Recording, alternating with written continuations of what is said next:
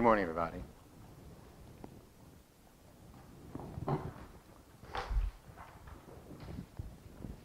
So now that I have a mic in my hand, I'm very happy to be invited to give this talk, Dharma talk. And like everything about this retreat and like everything in the world, this talk is a combination of many different inputs. It's an interdependent creation. In particular, I'd like to thank Dave Zeman. Over a year ago, Dave ran a little course on this book, Understanding Our Mind, by Thich Nhat Hanh. And much of the ideas that I'm presenting today are simply a reflection, as we heard in one of the songs, simply a reflection of what is beautiful and true about that course. So thank you so much for serving as a provocation for me to think through some of these topics. Does everyone have a copy of this handout?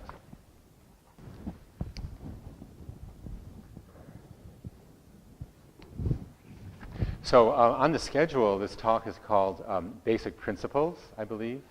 And there are two reasons for the title. The first is that Paul sent me an email 1 or 2 weeks ago saying, hey, what is the title of your Dharma talk? I didn't answer that email because I was too disorganized. So Paul figured, I think, what the hell, we'll call it Basic Principles. And it's a good title. And I just want to say that it's really basic principles about this book and about the topic of stored consciousness and seeds. There's a way of presenting this material which is like really kind of scholastic and top-down, like presenting some of the basic principles in their kind of theoretical form, and then it would be up to you to figure out what it means in your real life and your real experience. I'm trying not to do that in this talk.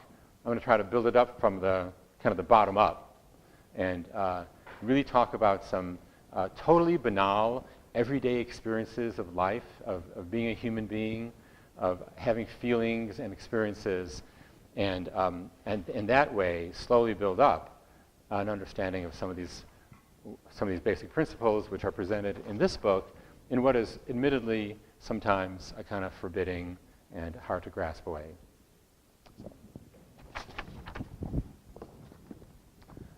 So the talk is in 3 sections, but before we start, I want to talk about a phrase, models of the mind. Because what we have here in this book, Understanding Our Mind, is a model of how the mind works, a model of how our experience works.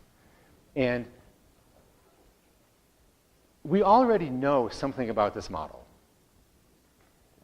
And it comes to us in various ways. You know, in the sort of like 1970s New Age America, kind of New Age psychology, people talk about the inner child. Those of us who are old enough to remember, get in touch with your inner child. And that's a model of the mind.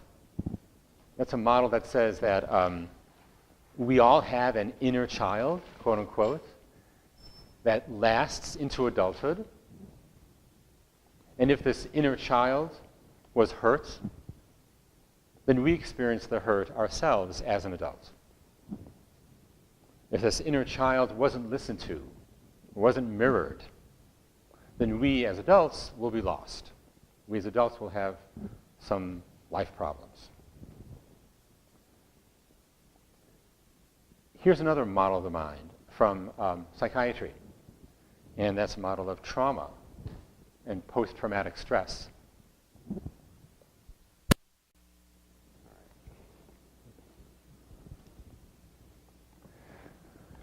Along the lines of technical difficulties, I forgot to say at the start of my talk that my name is Paul Brodwin. This is the first talk. This is for the labeling of the video. This is the first talk in the summer 2017 retreats entitled Transforming Our Stored Consciousness, Working with Seeds. Today is August 7th, 2017. Now that I have the date stamp and the time stamp, we can go ahead. Okay, so PTSD, another model of the mind. If you experience an atrocity if you commit an atrocity, if an atrocity has been, if you're the victim of one, it will overpower your emotions. And you will not be able to process it at the time. This is the sort of standard white bread conventional model of how it operates. That event, that overwhelming event, like you are in wartime, you have to kill somebody, or someone is trying to kill you, that overpowering event will lay down a trace in your consciousness. It'll lay down an emotional memory, even if you don't attend to it at the time. And often you can't, because it's a survival value to sort of tune it out. Much later in life, weeks later, years later, decades later, something will, there will be a trigger in your environment, a certain kind of sound or smell. And that trigger will reawaken that buried emotion that never went away. Again, it's a model of the mind, the way the mind operates. Here's the third model. So we talk about your inner child. We talk about PTSD and how it operates, the suffering that it causes. Here's the third model from psychoanalysis. Older part, and it echoes the first two. Older parts of the self live on even as newer parts get created. So sitting here in front of you today, when we look honestly at our lives, each of us right now contains elements from previous phases of our lives. So I'm not just Paul Brodwin, age 59, 2017. There's parts of who I am now, surely parts of what you're experiencing of me, my language, my tone of voice, my energies, whatever you want to call it, that come from Paul Brodwin of 1964, in 1972, in 1989, and all the rest. And by the way, just to give homage to the Franciscan sisters here who have created this beautiful space, here's a way of thinking about this. The self is like a building in a very, very old city, a building that was built up from previous buildings. And in fact, if you go to Rome, the holy city, and you go to the church of Santa Maria sopra Minerva, which is St. Mary above Minerva. That's it's a Catholic church, beautiful church, sculpture by Bernini in front of it. That church was built on top of the ancient Roman temple to Minerva, the Roman god. And in fact, the archaeologists have dug even deeper. That temple to Minerva was built on top of this Etruscan temple to some moon goddess. So you have it all in the same space. The temple to the moon goddess, to Minerva, to St. Mary, and who knows what will come next. Now imagine if you're standing there and you look in one direction. It's the work of the imagination now. You look in one direction and you see the contemporary church of St. Mary. You turn in this direction, you see the temple of Minerva. You take 2 steps back and look down, you see the temple to the Etruscan moon goddess. That is what it's like to be a human person. Older parts of the self, in a sense, live on and inform and constitute the self that you presently have.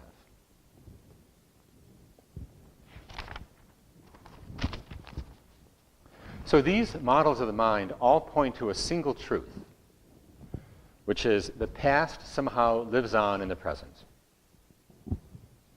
Who I am now, what I think, how I think about it, how I relate to the world, is to some extent built up from what happened to me in the past. And that, I think, is the spirit of this book.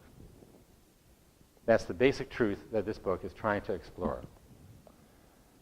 Except they talk about, or he talks about it, the verses that are the heart of this book. It's 50 verses, which are related to previous books on the same topic. The heart of the book is really how the past lives on in the present, but he uses an agricultural metaphor. Remember last night when I talked about meditation briefly, I said that Buddhism was a South Asian religion, and there are a lot of monkeys. And so now we get metaphors about monkey mind. Well, the people who lived in that part of the world were all farmers, actually probably rice farmers, given that area. And so they knew about seeds. That was just part of the real world. And here we have, now let's get into the book a little bit. Who wants to read verse 1 and verse 2? Just read it out loud on your, yes, thanks.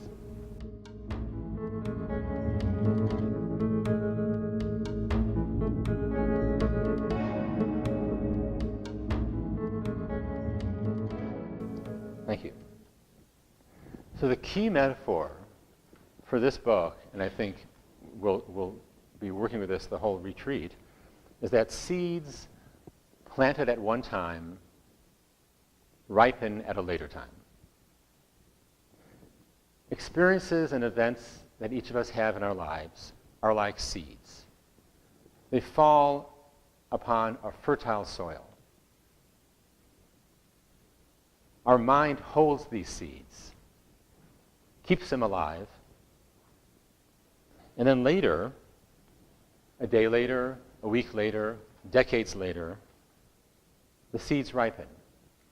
They manifest in our ordinary waking consciousness, and they become sometimes the dominant feelings in our lives. So the whole thing is a study of seeds, what they are, how they go below the level of consciousness, are there cultivated, and then emerge later on. And so the nature of the seeds determines in part what manifests in our consciousness, for better or for worse. So let's take the case, sometimes use extreme cases to make a sort of more general point. So you take the case of extreme trauma, right, the model of PTSD. It lays down an imprint in your mind. Certain memories and emotions get bundled together, and they're held in your consciousness for decades, even though you may not notice it every day. They will ripen at some future dates. Okay, they have a sort of like intrinsic energy, almost like a karmic energy. They will reappear at a certain date, at a future date, and cause you to re-experience that event and re-feel that emotion. That's the extreme case. But here, let's look at an ordinary case, try to bring it down to earth, most of our lives. Just like recollection. Like, what is recollection? I'm now just drawing out what a little story that Thich Nhat Hanh says in this book. Okay, suppose you take a trip to New York City, and interesting things happen. You're on a nice vacation. What happens to you lays down seeds in a particular zone in the psyche. Now, they labeled this zone the store consciousness, but just a name for the kind of function of the human psyche to preserve these seeds over time. So it's just it's a metaphor, right? So seeds are dropped, they lay down in your store consciousness. Then you come back home. A few months later, somebody says, hey, my husband and I are going to take a trip to New York. And all of a sudden you remember, oh yeah, you're going to New York? You got to go to this great Italian restaurant. I was there on a vacation. It's at the corner of Bleecker and Broadway. They have the best manicotti. Now what just happened? Okay? Totally banal, ordinary experience. What happened is that when that person said, oh, I'm going to go to New York on a vacation too, your consciousness gets filled up with the image that you had of your trip. Now, we know it happens sometimes, especially in big cities. Your friend says, oh, hey, thanks for the advice, and they go to New York, and they go to that corner, and sure as shooting, it's a big empty space because that lovely restaurant was destroyed, and they're putting up a 70-story, overpriced condo building. Now, there's a key lesson about that, a number of key lessons about that. First of all, the main one is that so seeds are laid down in our consciousness, and then for some other reason, conditions arrange themselves such that the seed sprouts. It blossoms. It ripens. You know, oh, you're going to New York? Let me tell you about this great restaurant. The seeds stay in our consciousness even though the world around us changes. So day by day, month by month, year by year, the image that we hold of the world departs from the reality of the world. That's one of the problems. Now look, that was a seed of happiness. That was a great meal with a really neat waiter, and it was a wonderful evening. They lay down a seed of happiness. But it persists even as the world around you can change.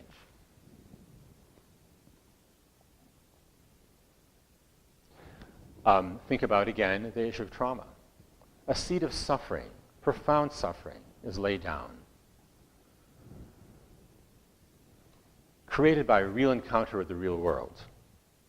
But when it manifests later, because it's quote-unquote triggered by some conditions in the environment, the person seems out of sync with the real world.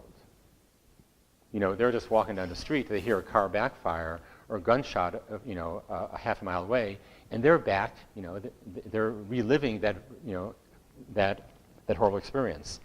It's distressing, it's disabling, but to some extent, we all live on that same landscape. A seed of happiness laid down and manifests later, even if the world has changed. A seed of suffering is laid down and manifests later. But again, the world has changed and we're out of sync with the way the world really is. When I think about this teaching, I consider it a sort of a tragic truth about the nature of human nature. So let's look at this handout. Right below verse 2, I've tried to break down in a little four-stage process. At the start, it all starts with experiences and sensory perceptions. These are received by the mind. I'll talk about these phrases, but in a second. Mind consciousness receives these sense impressions, these experiences. That horrible experience or that great dinner. They also use a metaphor of impregnated. Interesting metaphor, that. And experience somehow impregnates, touches and makes grow a certain aspect of your consciousness. This gets stored as a seed in what they call a store consciousness, and then later it ripens or it manifests as a feeling or an image in the present. And so in this little model, time is moving 1, 2, 3 from past to present.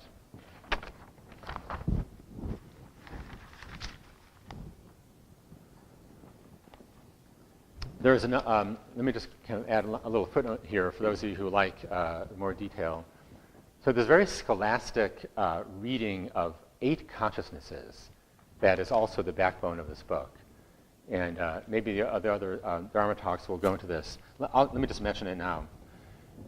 This is Buddhist psychology, okay, so-called Abhidharma, in other words, the higher Dharma.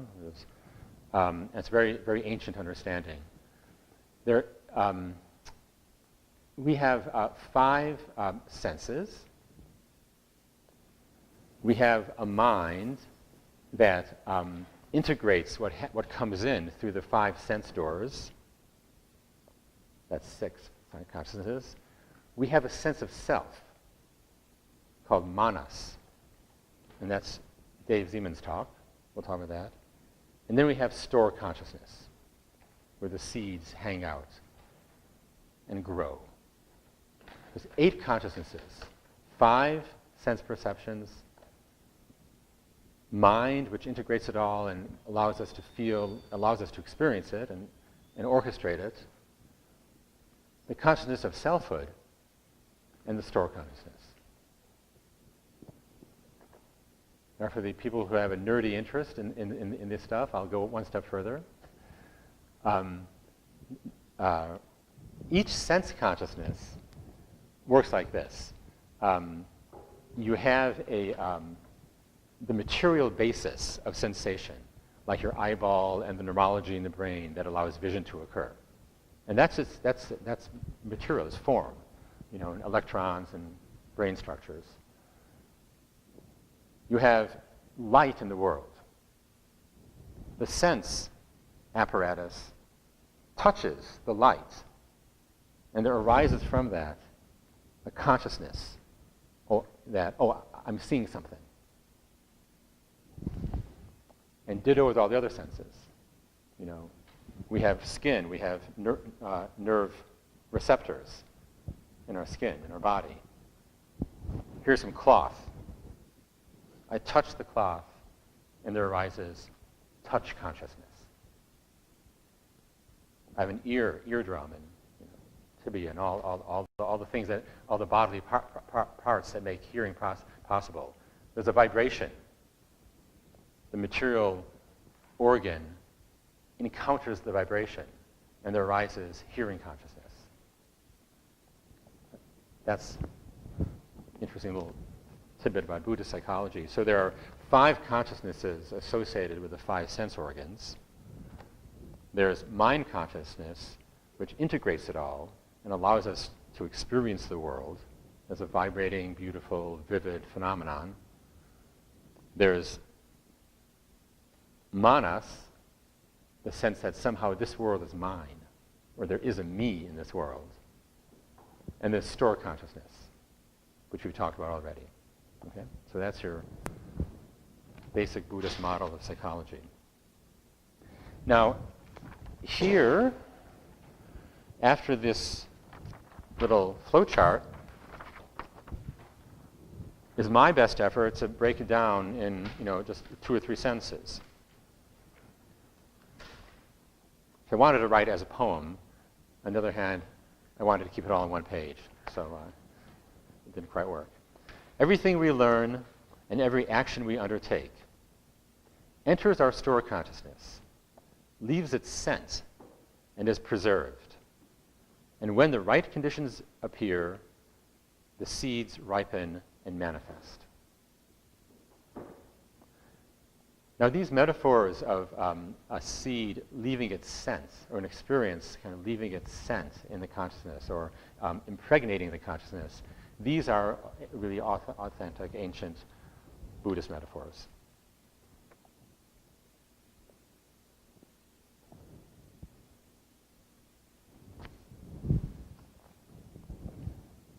So that's the first part of my talk.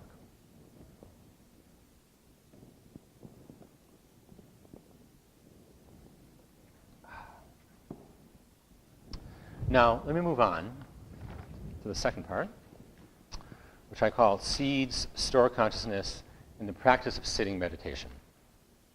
The practice of mindful breathing, mindful walking.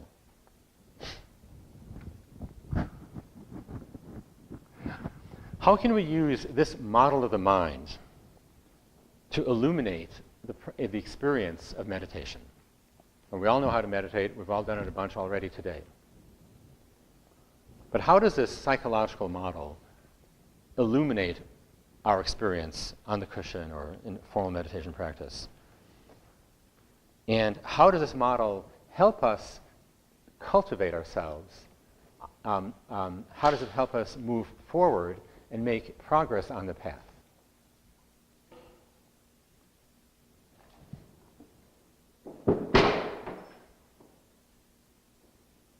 So let's look more closely at, for people who may have come in late, do you all have a handout?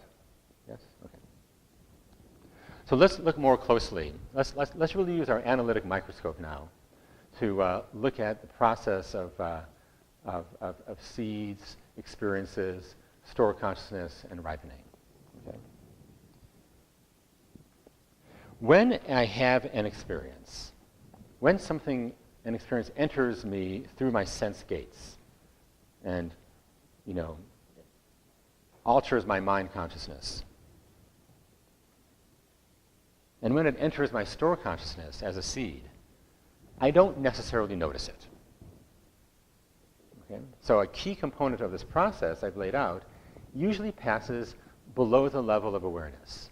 Let me give you some examples. I'm shopping at the grocery store, weekly shopping. I see somebody smile at me while I'm pushing my cart down the aisle. I have a pleasant feeling. We like to be smiled at. Then I go along on my way. I don't really give it any thought. Like I kind of sense maybe a nice feeling. Yeah, that's nice. Life isn't that bad. People are smiling at me, and then I just push my cart down and grab my next item. Or I get angry at work. I show my annoyance. I throw off some sparks. Maybe I have a harsh word for somebody at work. Okay, it's life, that's a job, I very easily get caught up in the next task. It's like the most totally banal thing that can happen. It's probably happened 1 million times or 100 million times already if you just take the people in this room as a little, sentient beings in a petri dish and think about what has happened since you all woke up. I mean, those little things have probably happened 1 million times already.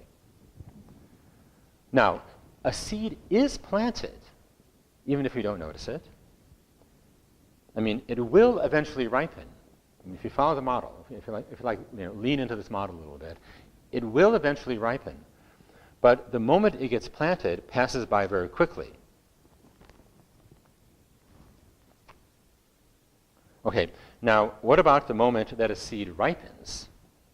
Okay, it gets planted, we barely notice it. Later on, it ripens. Do we notice that? Well, the whole point of meditation practice is to increase our awareness. I mean, that's a key pillar of the whole thing I think we're engaged in. Things we didn't used to notice, open our minds and experience them and look more deeply. That's a flavor of this practice. So, do we notice when a seed ripens? Okay. A week later, I'm shopping at the grocery store. I see the same person turn the aisle, or turn the corner of an aisle with their shopping cart, and I feel good again. Some warm feelings will rise up in myself, even if I don't quite know why. Right? Or a week later at work, I walk over to the copy machine. I want to scan 2 pages, and that same guy I blew up at last week is there, printing out a 100-page document. I don't know why this always happens to me, but that's why it comes up. My usual impatience at this kind of thing, at that point, because it's that guy, gets magnified. I'm ready to scream. I'm ready to throttle him. Right? No, I don't, but that's what passes through my mind. Now, in both cases, seeing that person who smiled at me a week later, running into that guy who I thought was a jerk, a week later, being a jerk again, in both cases, these are seeds in the process of ripening. Okay? A week before, an image and an emotion were bundled in a little packet. It dropped into my store consciousness. Today, in the grocery store or at the coffee machine, conditions came together. In a very obvious way. I saw the same guy again. I saw the same person again. Conditions came together. The seeds manifest again in my vivid waking consciousness. They're so banal, and this is such a banal example, but that's why I use it, because this stuff happens every day. So to understand this rather complicated model, you just need to just choose 1 hour of your life. Now, at the Mindfulness Center, we often talk about habit energy. So now let's explore that term more deeply in the context of these examples. The warm feeling that I felt a week later in the grocery store, the second time of that's a kind of habit energy. And the murderous rage I feel at the coffee machine, that's habit energy. Look, it does feel nice to see the person in the store a second time. But I'm not only responding to that person. I'm responding to the seed that was sowed in my store consciousness earlier. Like, to some extent, that warm feeling the second time has an objective basis, But to a larger extent, in this model, I'm responding to something inside me. And ditto when I feel, frustrated by that fellow in front of me at the coffee machine. It is, to some extent objectively, yeah, it's kind of maddening because I'm in a rush and this guy has his 100-page document to print. But that's just a small part of the frustration I feel. The bigger part, again, is that the seed that was planted in me a week ago is now ripening real fast. That's why I feel that way. Objectively, it's actually not such a big deal that I have to wait 5 minutes. But the intensity of my feelings are clearly due to the seed that was planted a week ago and is now rising to the surface. So, here's my definition of habit energy. Habit energy is what it feels like when a seed ripens.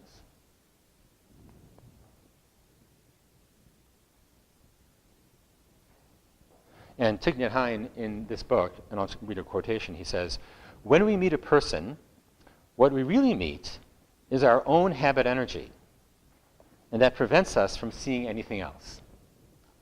Every time we look at him, we see the same old person, even if he has changed completely.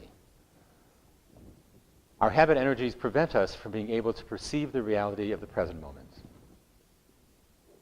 So what I'm trying to do this morning is lay out maybe a complicated model which explains how habit energy operates, explains why it exists, where it comes from. Now, most of the time, we don't identify habit energy properly. I think that's one of the gleanings that I get from this perspective. We don't really call it by its true name. Most of the time, if I get angry at somebody, I think my anger is absolutely justified by what I'm facing right now. The guy is, objectively, a jerk. But in fact, what I'm feeling is a seed of anger planted in me long ago that's now manifesting. I usually just misidentify it. And the same is true for any strong emotional reaction. If you follow out the logic of this model, any strong emotional reaction is, in large part, a residue left over from my past. Now, I know this is like a sort of, say, like Carl Jung is a good psychology for the second half of life. This is a good psychology sort of for the second half of life because we have a lot of seeds in us, right? And we all live pretty cushy lives. Otherwise, how could we afford, this kind of retreat? Most of the time, these strong emotions have a huge residue. I mean, well, I can't give a number, but is it 80%? Is it 99%? Strong emotions have a huge kind of connection to what happened before. So it's a seed planted long ago that is now ripening, brought back to life by particular conditions that just happen to come together in the here and now. Now, I acknowledge this is a counterintuitive understanding about how emotional life works. We like to think, again, that our emotions are perfectly appropriate to what's happening in front of us right now. And in fact, it's very difficult to see how habit energy operates in the rush of everyday life. But now let's talk about meditation. Why is meditation so great, right? Why is it like the perfect tool, or the perfect, almost like a laboratory experiment, that we can run to see whether this view of the world is true?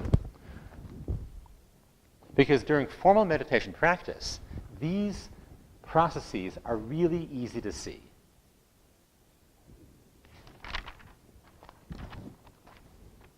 That's the great virtue of mindful breathing, or shamatha, or Zen, or sitting meditation, whatever flavor you practice. Any type of meditation that follows the basic instruction, notice your breath, notice your thoughts. When you notice you're having a thought, come back to the breath.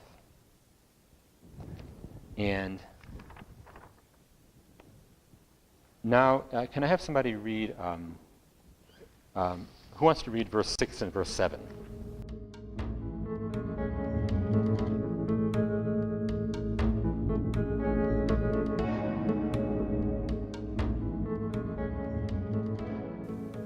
Verse 6, the quality of our life depends on the quality of the seeds that lie deep in our consciousness. That holds true, I think, during everyday life, out and about in the world, and during formal meditation practice. But only during meditation practice can you really witness the seeds ripening in a direct and uncluttered way. Why? Because during, say, an hour of meditation, you're in a protected environment, and frankly, nothing is happening. Very, very few things are coming in through the sensory gates. I mean, there's a method to the madness. Like just sitting and in Soto Zen practice, you just sit, you stare at a wall, right? I mean, there's nothing in front of you. It's like white paint and plaster. There's a reason for that. Okay, so suppose, let me break it down. Suppose I sit down, I'm ready to do a half-an-hour meditation. Minute number 5, I feel angry. I feel frustrated. I feel incredibly annoyed. But nothing is happening to make me feel angry. Therefore, that feeling, that is a genuine, authentic feeling, must be due to something else.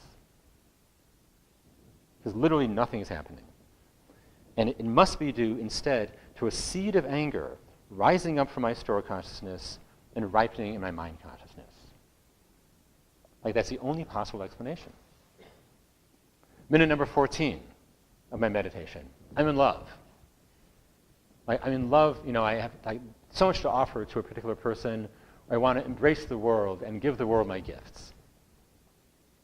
Again, nothing is happening in the real world to provoke that feeling, to create it.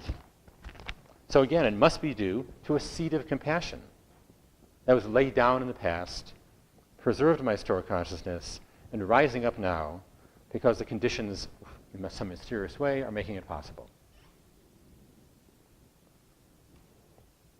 So the quality of life during meditation periods and between meditation periods both depends on the seeds, as it says in the verse.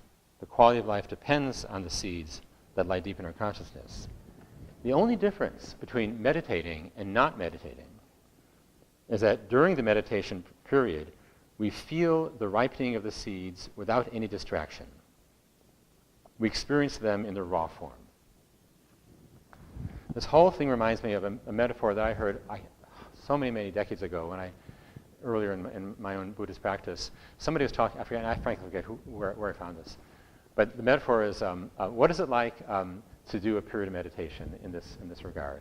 And they said, the metaphor goes, the story goes, there are rooms in the world that are like acoustically engineered to be perfectly silent, apparently. And I think the version of I read this, like some MIT or some university, the sort of acoustic engineers figured out, they buried it way in the ground with it baffling all around it, and it's an absolutely silent room. So you know what happens when you walk into that room? Walk in, sit down, you wait, and you start hearing things. You start hearing a kind of a low rumbling sound, and you start hearing a kind of high-pitched, not a screech, but a sort of like a tinny sound. Well, apparently the low rumbling sound is your own heartbeat. And the high-pitched sound is the sort of, buzz of your nervous system. Now look, the rest of our lives, our hearts are beating, and our nervous system is, pumping along. But only in this weird, protected environment do you notice it. So also with the seeds in our store consciousness as they ripen. They're ripening all the time. That's what accounts for the color of, and the flavor and the drama of emotional life. But most of the time in the real world, we don't notice that happening because we're too lost in, the external events. A meditation period of 20 minutes or 5 minutes is like that acoustically perfect silent room. And you notice, as though for the first time, what it is to be a human being and to have senses and store consciousness and seeds.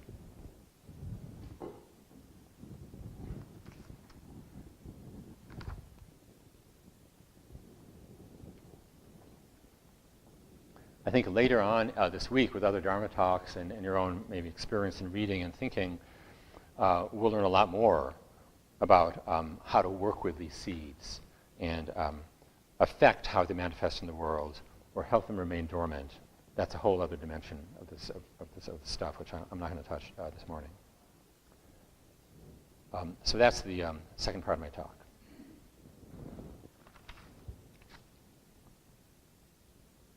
So now let's talk about move on to the third part of the talk. And I'm sure I'll end early, so I think technically officially we end at 10:45, but I'm not going to talk. I may talk for another 10 or 15 minutes, so we can have a long time for Q&A.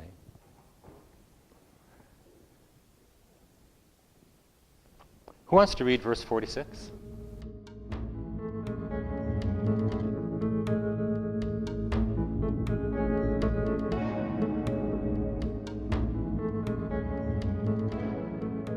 Thank you. That's great. So, what are the benefits of meditation understood in this framework? We have the framework, the basic psychology model.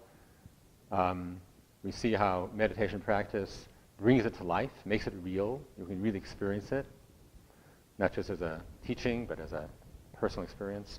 Why is this a good thing?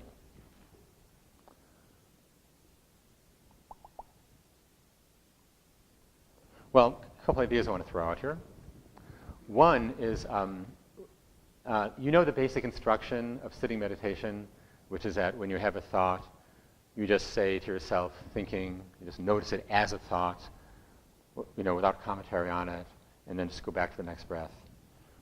Another way of saying that, in this lingo, is that you don't bother to plant a new seed in reaction to an older seed that has just ripened.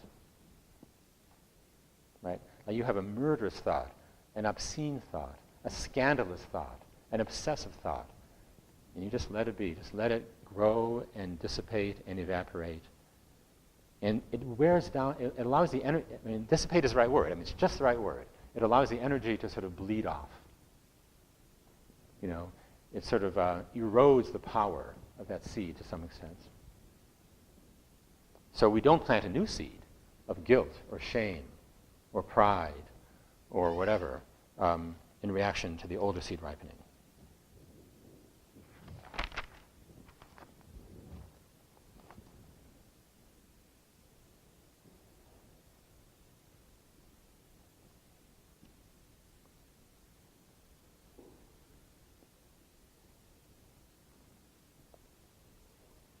So Thich Nhat Hanh tells us, again, paraphrasing some lines from this book, that we don't push the thought away, we don't grasp it, we don't try to make it last longer, we just observe it, acknowledge that it is arising in you. In other words, we don't take sides vis-a-vis our thoughts. We don't take sides vis-a-vis the ripening of these seeds. We don't launch a commentary on them. And this is the practice of mere recognition. This is a phrase I threw in last night. Mere recognition of the seeds as they ripen in your mind consciousness. So meditation practice is a way of learning this model, in the real nitty-gritty, in sort of moment-by-moment, highly personal, idiosyncratic texture of your own life. Now, you can learn this model by reading this book and asking Dave Zeman to run another study group, which I hope you do, on the book. And you could also learn it by sitting down and meditating for 5 minutes. It's another way of learning the same phenomena. Now, the practice, so let's talk about the benefits. The practice is especially crucial when your experience is flooded by sadness and pain. And in this book, there's a word introduced, samyojana, which actually I don't see very often in other Buddhist writings. It's a Sanskrit term. So this is a way of labeling these experiences of extreme experiences, of very dense experiences of sadness and pain. Samyojana means an internal knot, or an internal tangle. This knotted together, tangled together, bad feelings, negative feelings, sadness, pain, anger, that arise in us. So to prepare this talk, here's a new term I hadn't heard. And I've been studying Buddhism for a long time, as we all have. So I went to my little Buddhist dictionaries, encyclopedias at home, and looked up Samyojana. And actually, the original meaning of the term comes from the Theravadan scriptures. Samyojana means fetters or chains.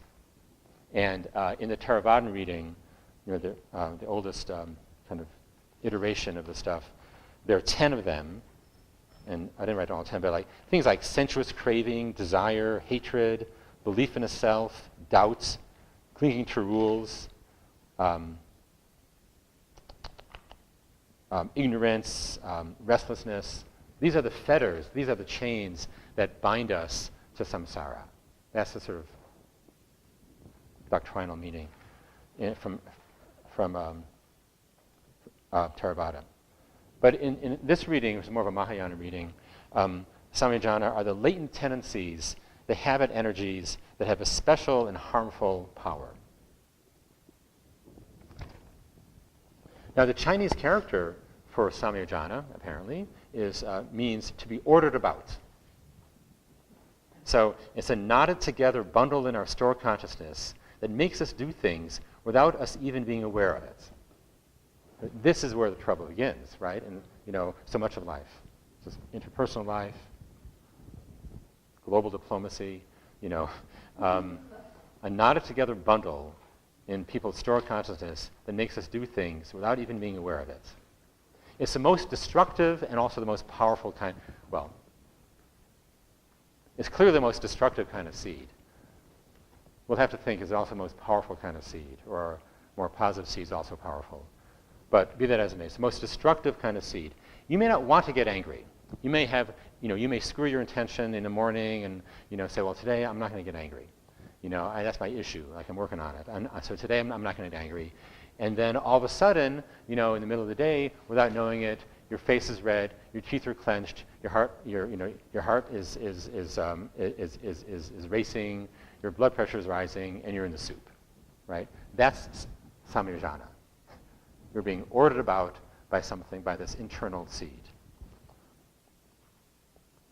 Now, let me talk about this. How do we work with this? How do we work with this kind of habit energy? I think there's one way of working, and this is just totally original, I'm not getting this from taking time. My sense of it is there are two ways of working with it. One way on the cushion during formal meditation practice, another way during everyday life.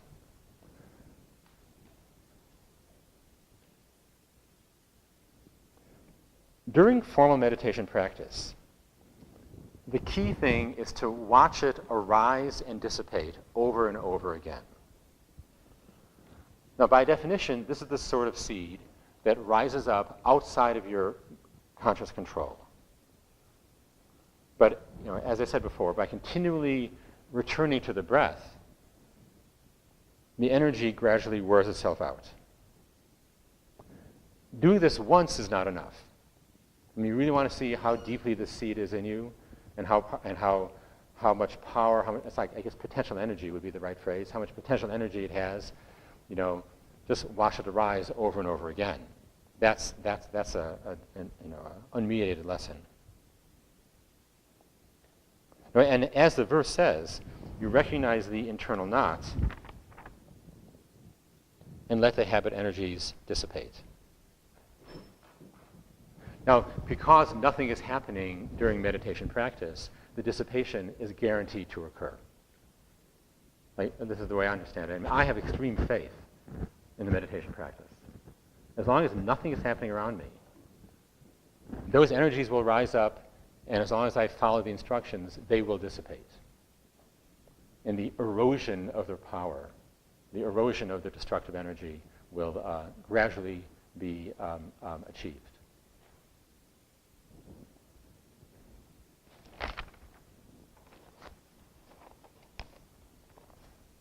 There's actually a great, one of these weird, crisscross of practices. Freud once wrote, what is it like to uncover and analyze difficult internal conflicts? He said, it's like when archaeologists discover sort of again, it's like a Roman metaphor, discover a room that hadn't been opened in 2,000 years. And they walk into that, they open it up, they open it up and they crack through the ceiling, and there's these beautiful frescoes, like unseen, untouched in 2,000 years. But the minute they open up that ceiling to look at it, it starts to erode. The sun gets in, the moisture gets in, the light gets in, little, like fungi, whatever, get in, and 5, 10 years later, the stuff has eroded. That's bad news if you're an archaeologist. It's great news if you're trying to let these energies dissipate. Because every time you allow them to rise up, you watch them dissipate, that's an erosion of their kind of sticky, power.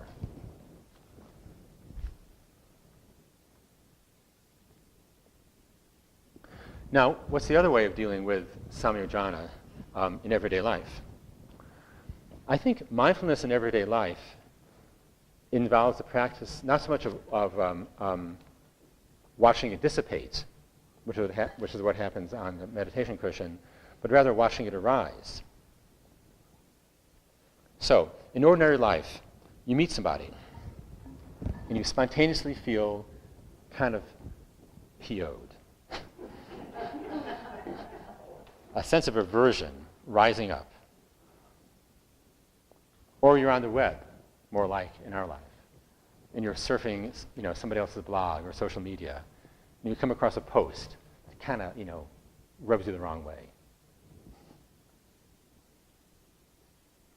The goal is to practice mirror recognition on the spot, on the fly. So you recognize the experience as it rises up. Like in meditation practice on the cushion, it rises up, bam, like that. You just watch it go away. In everyday life, you can experiment with this. Just try to watch it rise up. Bam, bam, step, step, step, step, zoom.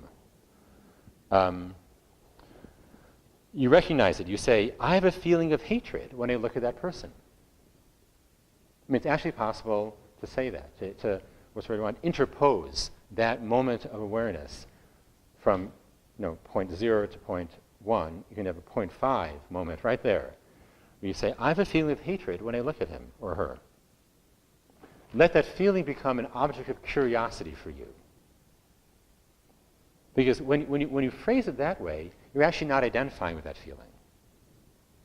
You're instead exploring it. You're wondering about it. Where did it come from? Does this person resemble somebody who hurt me in the past? The classic, external conditions trigger an internal seed. Am I projecting?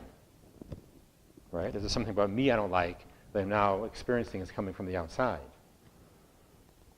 How is this aversion moving through me?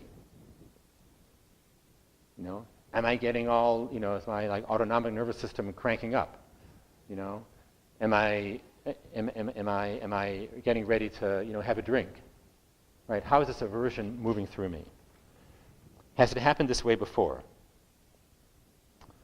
And I think, so again, you watch it rise up. And as you do so, the habit energy gets transformed. This is the promise, in any case. The block of pain and anger loosens up. The special charge that it holds starts to drain away.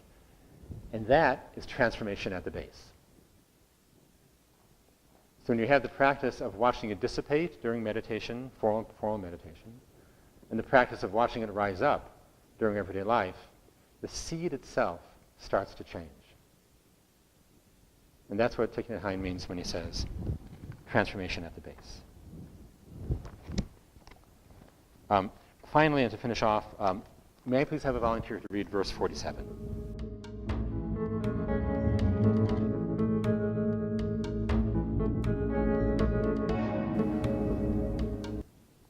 So I've spent all this time, 45 minutes or whatever it's been, talking about stored consciousness and the seeds.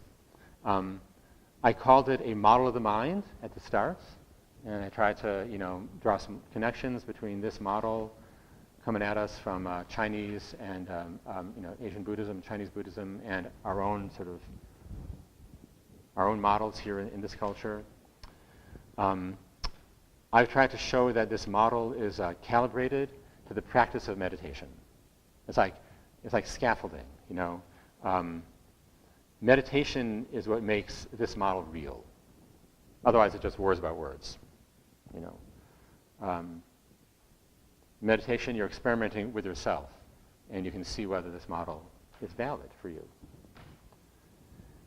At the same time, I think this model of the mind gives us a reason for sticking with the practice of meditation when it's difficult or when it seems irrelevant or whatever, and guides our practice more directly to positive self-transformation and growth. Now, with verse 47,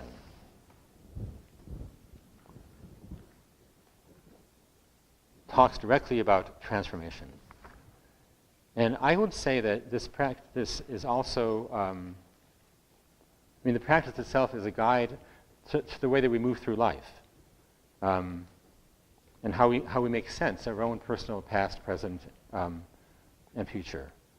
You know, seeds manifest only in the present moment. That's what I take from the first two lines. The present moment contains past and future. Seeds may be they are traces of the past, but we experience them only in the present. In that way, the present moment contains the past.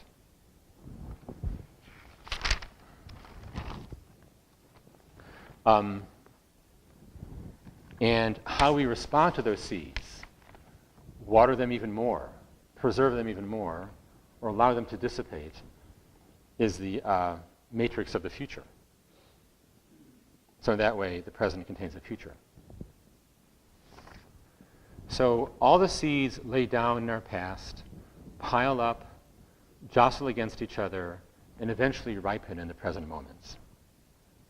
The way we respond to this habit energy, they unleash, again, summarizes our past and lays down, our future fate. So the possibility of transformation lies only in the present moments. And at each point, I think each person must make an existential decision. How will I handle this very moment?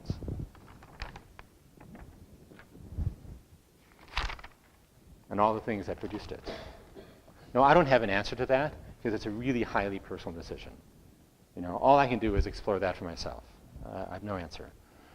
But I will say, just to conclude here, that the secret of transformation must be discovered anew for each person and by each person on their own path. There's a famous book, famous to me, from a few decades ago called The Words to Say It. And it was written by an Italian woman, a journalist, about her own psychoanalysis. And the point of the title, I just love the title, because what she says is, I kind of knew what was happening in my life. I kind of knew the pain I was feeling. And at some level, I kind of had it, I understood myself, but I didn't have the words to say it. And that's what I got from my experience of being in therapy. So also, I hope that these verses and this framework give you a vocabulary for what transformation might mean to you personally. Well, thank you very much for your attention and for sharing this stuff. It's 10:29 or so. I think we have 15 minutes for Q&A.